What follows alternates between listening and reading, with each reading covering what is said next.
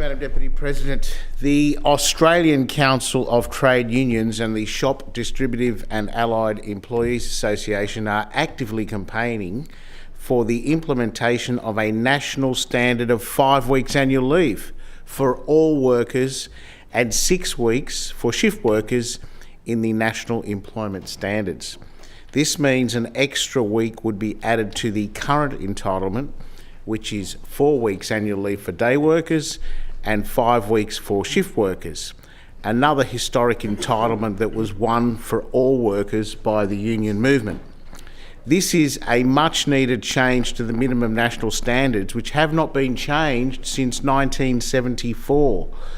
While critics will argue that an increase to paid leave is not warranted, given the issues around productivity in Australia, ACTU Secretary Sally McManus correctly argues that there is a productivity gap whereby wages must increase with productivity increases, but they have actually stagnated for the last 25 years, with Australians doing on average 4.5 weeks of unpaid work per year.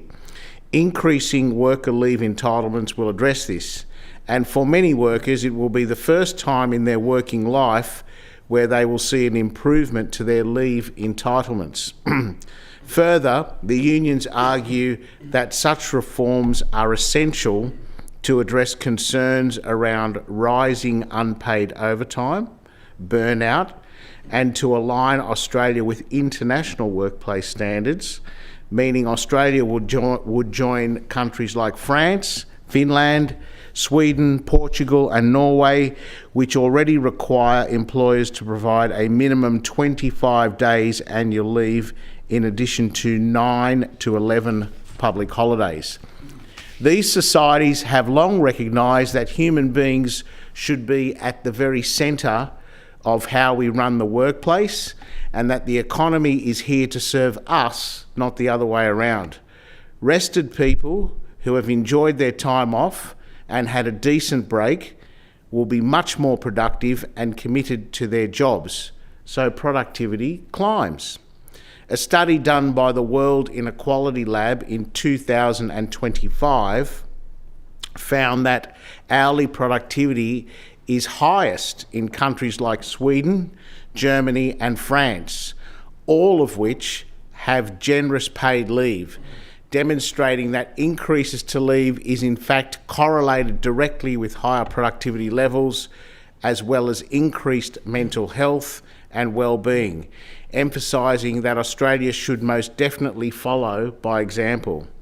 The SDA has already in fact secured successfully 5 weeks of annual leave in EBA agreements with major employers like Bunnings and IKEA, and seeks to extend this to all industries.